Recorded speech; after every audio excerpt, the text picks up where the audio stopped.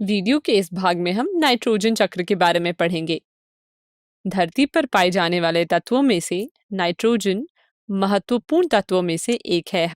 हमारे वायुमंडल का 78% भाग नाइट्रोजन गैस से बना है। नाइट्रोजन सभी जीवों के लिए भी एक आवश्यक पोषक है।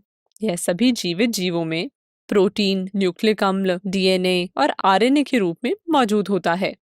अब नाइट्रोजन चक्र को समझने से पहले मेरे एक प्रश्न का जवाब दें। जैसे हम वायुमंडल से सीधे ऑक्सीजन गैस का उपयोग कर लेते हैं, पौधे कार्बन डाइऑक्साइड गैस का उपयोग कर लेते हैं, वैसे ही क्या नाइट्रोजन गैस का भी सीधे वायुमंडल से उपयोग कर सकते हैं?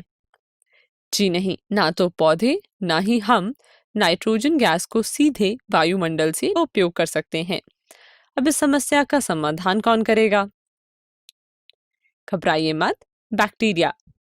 जी हाँ, कुछ इस प्रकार के बैक्टीरिया नाइट्रोजन गैस को सीधे वायुमंडल से ले सकते हैं और यह बैक्टीरिया वायुमंडल से लिए नाइट्रोजन परमाणुओं को नाइट्रेट्स और नाइट्राइट्स जैसे आवश्यक यौगिक में बदल देते हैं, जिन्हें नाइट्रोजन के आवश्यक अणुओं को बनाने के लिए इस्तेमाल किया जाता है।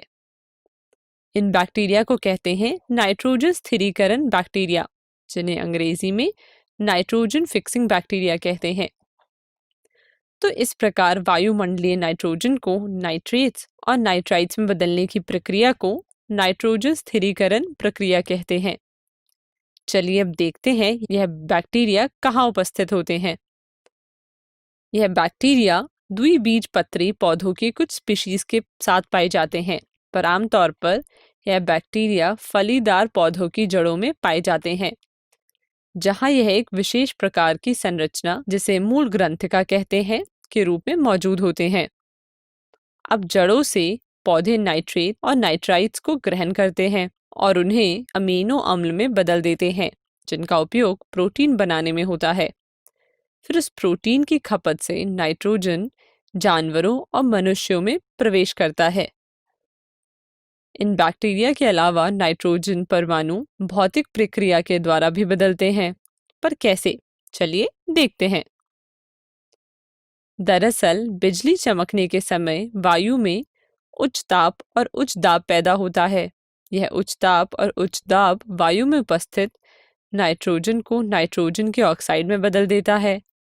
फिर ये ऑक्साइड जल में घुलकर नाइट्रिक अम्ल और नाइट्रस अम्ल बनाते हैं और वर्षा के साथ भूमि पर गिरते हैं। तब इनका उपयोग अलग अलग जीव रूपों द्वारा किया जाता है। कुछ इस प्रकार नाइट्रोजन स्थिरीकरण प्रक्रिया होती है।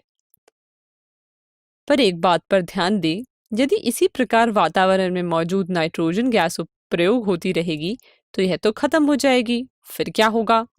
इसका भी समाधान हमारे वायुमंडल में है। वायुमंडल से लिया गया नाइट्रोजन वापस वायुमंडल में भेजा जाता है। कैसे? आइए देखते हैं।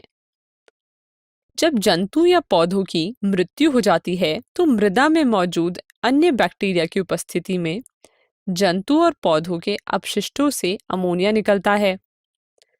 इस प्रक्रिया को अमोनियाकरण कहते हैं, जिसे इंग्लिश में अमोनिफिकेशन कहते हैं।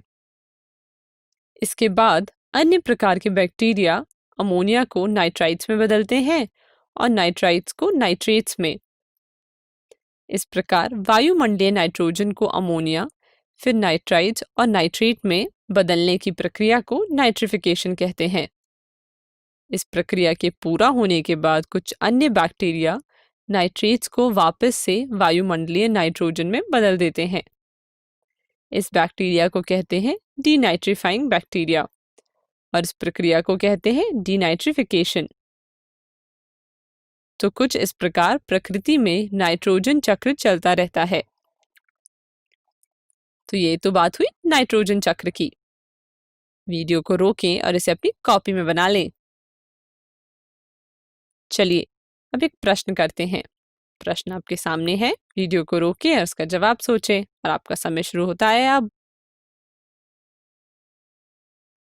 समय समाप्त। इसका हल देखते हैं और इसका सही हल है सी ऑप्शन, श्वसन। वीडियो को रोकें और इस प्रश्न को अपनी कॉपी में नोट कर लें।